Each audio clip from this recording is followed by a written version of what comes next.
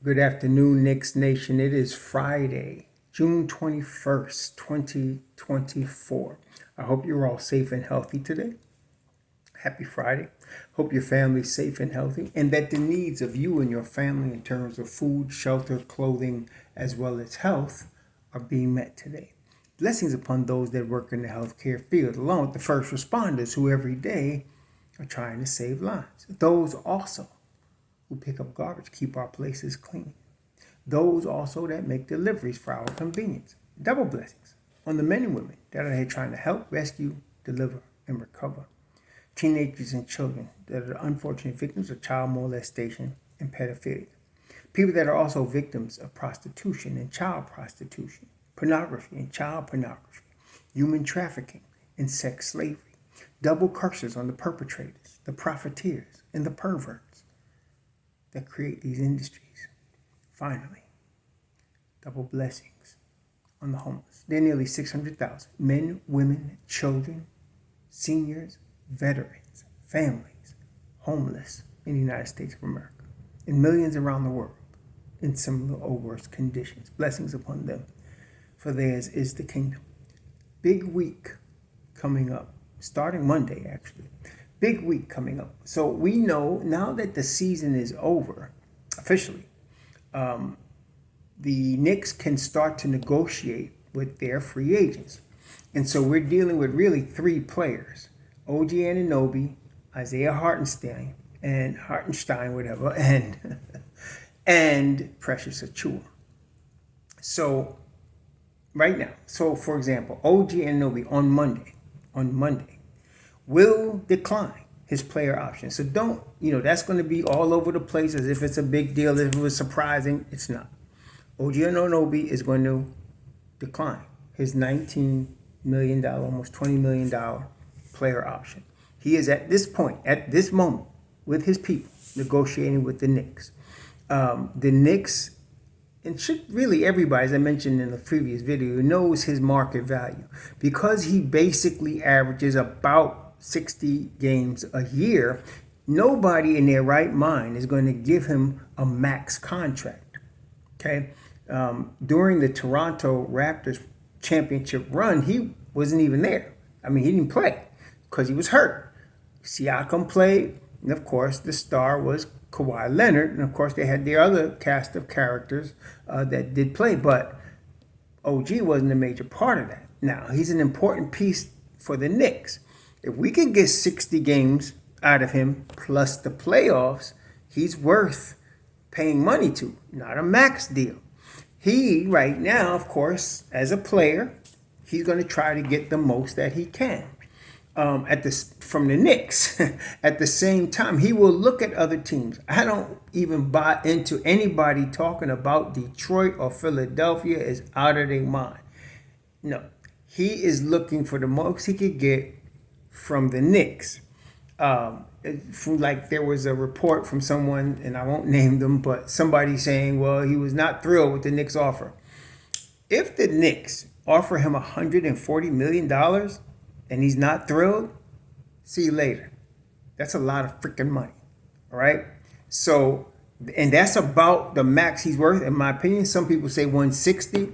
Okay, if you go 160 over 4 years, now you're talking about probably $40 million a year.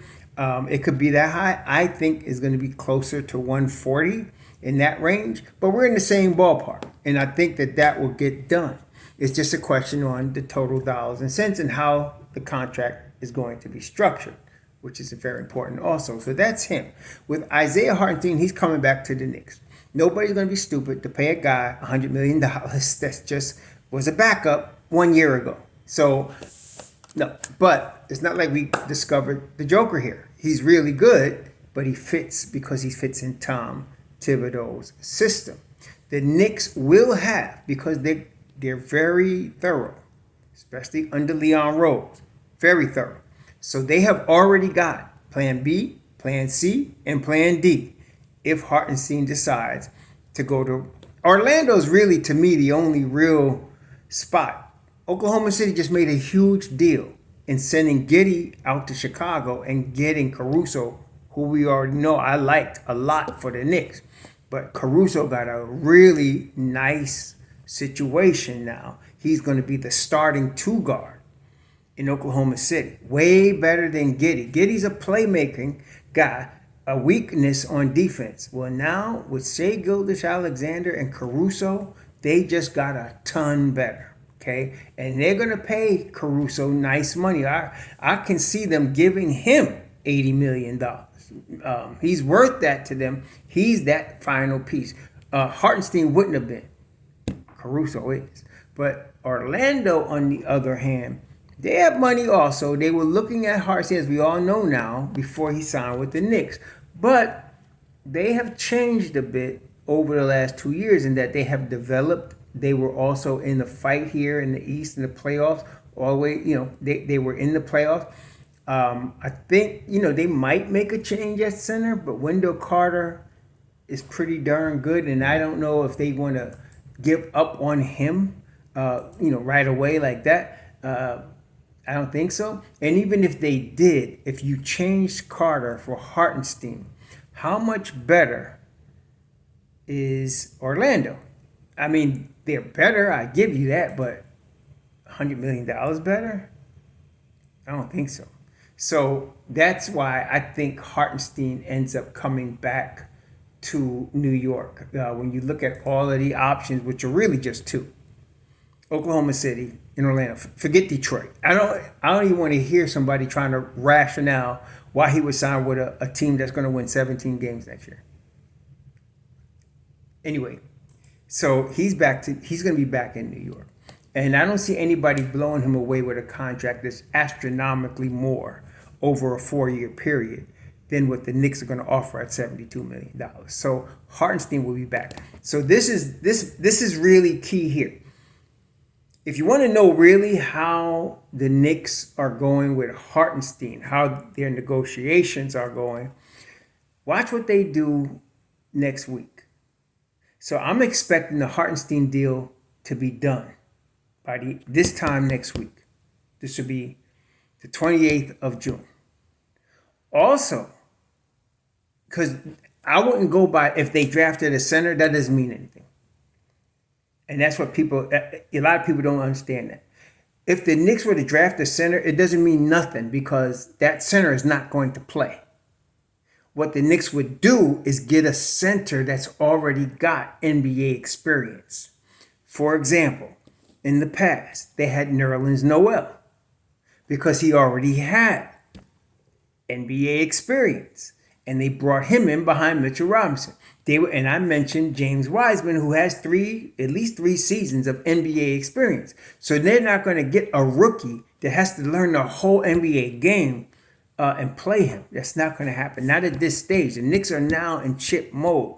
They would get somebody that has at least 3-4 years or more experience, but they can still play.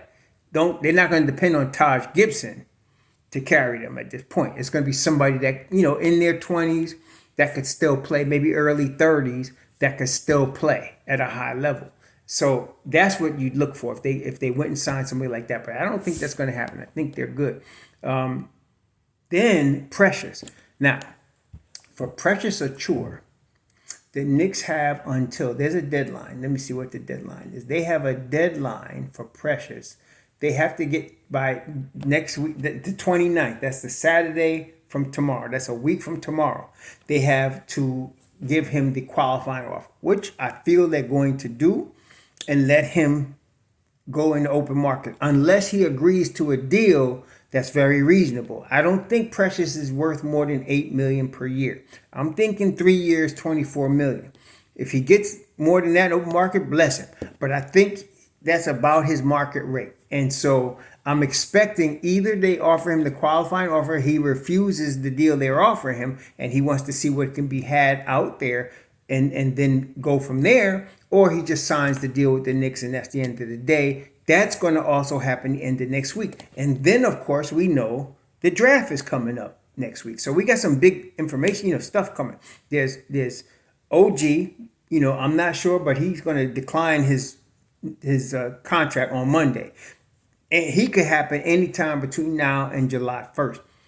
I don't know. He might go to July 1st and decide to see what else he could get, but no, he's negotiating with the Knicks right now. So let's see if they can come to an agreement. They may or they may not, but they're going to come to an agreement. I don't know if it's going to happen before July 1st. That's what I'm saying. They're going to come to an agreement. I don't know if it's going to happen before July 1st. Then you have Hartenstein. I expect that to probably get done before July 1st. Then you have Precious. Precious could get done before July 1st. It depends on, again, does he want to test the market? He might, but the Knicks are going to offer him a contract and see where he goes from there. If not, they'll offer him the qualifying offer and say, hey, go see what you could get. And then we'll see if we want to match it. We'll see if we want to match it. We'll see. Okay, so those are the three big ones. Then there's the draft. The Knicks have 2 first-round picks, Dallas's and their own, 24 and 25. Then they got pick 38 in the second round. I don't know what they're going to do. Well, let me tell you this. They're going to pick at least 1 first round. They're going to do that. Okay? And if it's only 1, it'll be Ryan Dunn. If there's 2, I'm really hoping for Deron Holmes. I like him, but the Knicks may not. They may like somebody better. But some of these other cats that people are talking about, like, for example, let me pull up Tankathon. Some people, and this is the thing.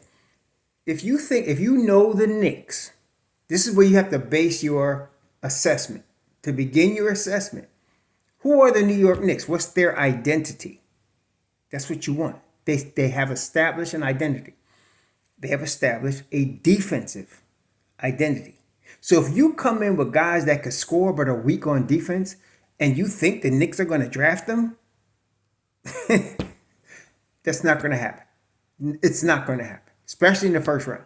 Okay. So like I've seen people put, let me see it, that guy from the G League that's 19 years old. What's the boy name? They got Tyler something. And Tyler Smith. He can't play no defense. And I told y'all, some of y'all, every year this happens. People think, oh, but he could score or he could shoot from the 3. I don't care. Does he play defense? Remember, this is the Knicks. No defense, no bueno. So we want somebody that could play defense.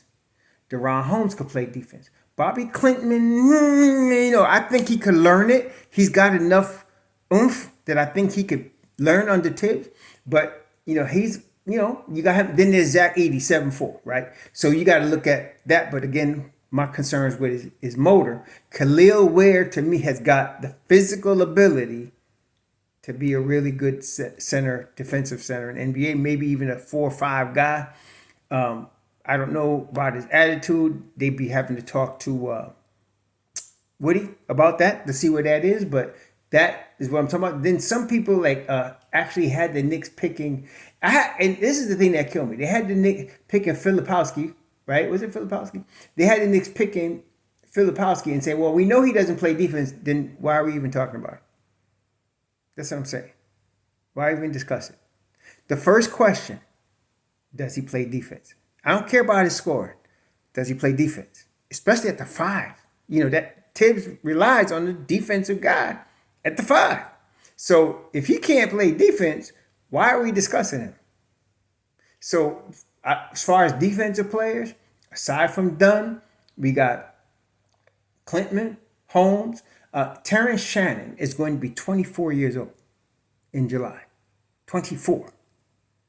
See, and he's a wing, 6'7", but this is the thing you also, again, people don't understand. Rookies do not play under Tibbs. So here's a rookie that's going to be 24 years old. Maybe he picks up stuff fast. I don't know. I think a rookie that's 24, that means he was playing against college guys at 23 and almost 24 years old. He needs to be good in college. If he's not, that's really bad.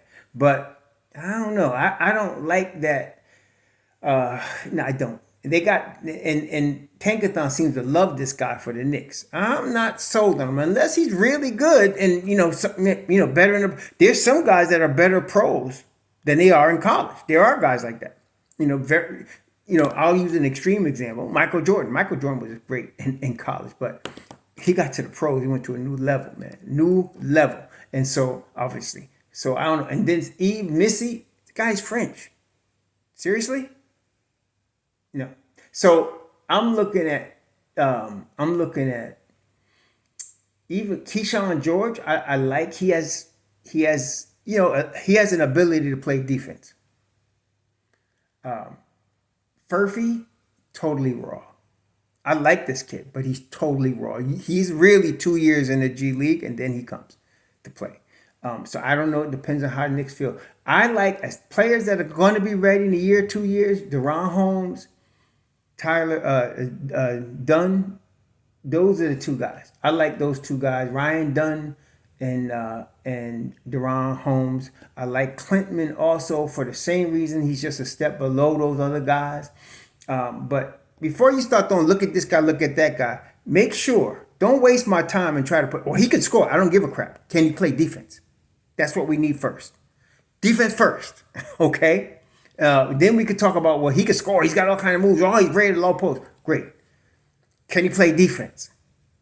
That's what we need. Okay. So Khalil Ware, I like him. I like Deron Holmes. I like Clintman. Here, Jalen Tyson, maybe. He's 22, maybe. And Tyler Kolek, we already got a guy that's not even playing that could play guard in the pros. Russ, we can't even play him. He's not even here. And what you think, a rookie's gonna play point guard for Thibodeau? I don't know what these guys are thinking. But anyway, Khalil Ware, Deron Holmes, Clintman. I like all of them guys. I love Dunn, obviously. Any of those guys will do. Even Zach Edey. I got to see his motor, but 7'4", you can't teach that. 7'4", 7'5", whatever he is.